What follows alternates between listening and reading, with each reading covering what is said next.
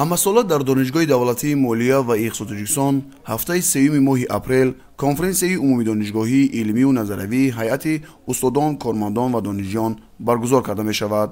аз ин ҷост ки санаи 21 апрели соли 2025 дар донишгоҳи давлатии молия ва иқtisod тоҷикистон ҳафтаи илм баргузор гардид ки дар он меҳмонон аз институти иқтисодиёт ва демографияи академияи миллии илмҳои тоҷикистон ва агентии инноватсия ва технологияҳои рақамии назди президенти ҷумҳурии тоҷикистон иштирок намуда сараввал аз дастовардҳои донишгоҳ дидан намуда ба он баҳои баланд доданд.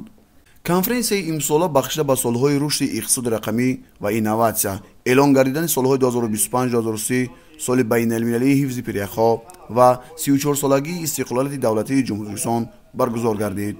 дар кори конференс муовини директор оид ба корҳои илм ва таълими институти иқтисодиёт ва демографияи академияи миллии илмҳои тоҷикистон профессор аврор мирсаидов ва робия қурбонова, муовини сардори раёсати рушди инноватсия ва дастгирии тиҷораткунонӣ ва натиҷаҳои илмию техникии агентии инноватсия ва технологияҳои рақамии назди президенти ҷумҳурии тоҷикистон ширкат ва суханронӣ намуданд. нахуст ректори донишгоҳ ҳакимбек абдуалимзода кори конференсияро ифтитоҳ намуда оид ба самти самаранокии илмӣ ва дастовардҳои илмию эҷодии устодону кормандон ва донишҷӯёни донишгоҳ ибрози андеша кард.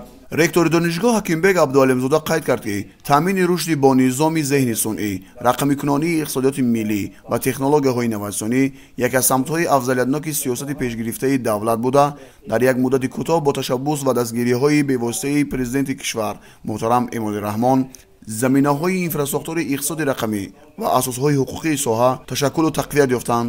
имрӯз тоҷикистон дар ҷодаи гузариш ба рақамикунонии соҳаҳои иқтисоди миллӣ ҷиҳати таъмин намудани шаффофияти муносибатҳои иқтисодӣ ва молиявӣ қадамҳои устувор гузошта истодааст ва татбиқи саривақтии ташаббуси мазкур имкон медиҳад ки дар солҳои наздик раванди мазкур вусъат ёфта заминаҳои ҳуқуқӣ такмил ёбанд. сипас профессор аврор мирсаидов дар хусуси ҷанбаҳои методологии арзёбии иқтисоди рақамӣ баромад намуд. қайд карда шуд ки мақсади асосии гузариш ба иқтисоди рақамии корхонаҳо бартараф намудани мушкилоти иқтисодӣ, ташкили шароити мусоид, ба роҳ мондани тиҷорати электронӣ ва мубодилаи пулҳои электронӣ байни иштирокчиёни амалиёт мебошад. асоси иқтисоди рақамиро зеҳни сунъӣ низ метавонад ташкил диҳад, зеро он чун ҷузъи асосии гузариш ба иқтисоди рақамӣ ва воқеияти афзоиши иқтисодиёти инноватсионӣ мебошад.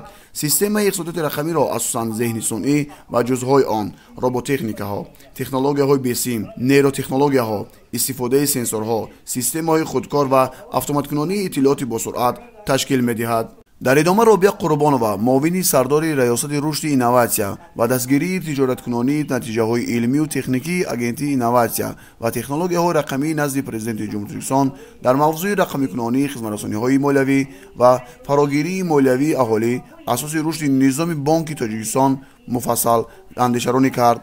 баъдан профессор иномҷон аминов вобаста ба иқтисоди сабз ва гузариш ба иқтисоди рақамӣ баромад намуда қайд намуд ки ҷумҳурии тоҷикистон таъсири рушди иқтисоди ҷаҳон ва гузариш ба иқтисодиёти рақамиро ҳамчун асоси ташаккули иқтисодиёти миллии рақамӣ ва ҷузъи ҷудонашавандаи соҳаҳои афзалиятноки иқтисодӣ эътироф менамояд.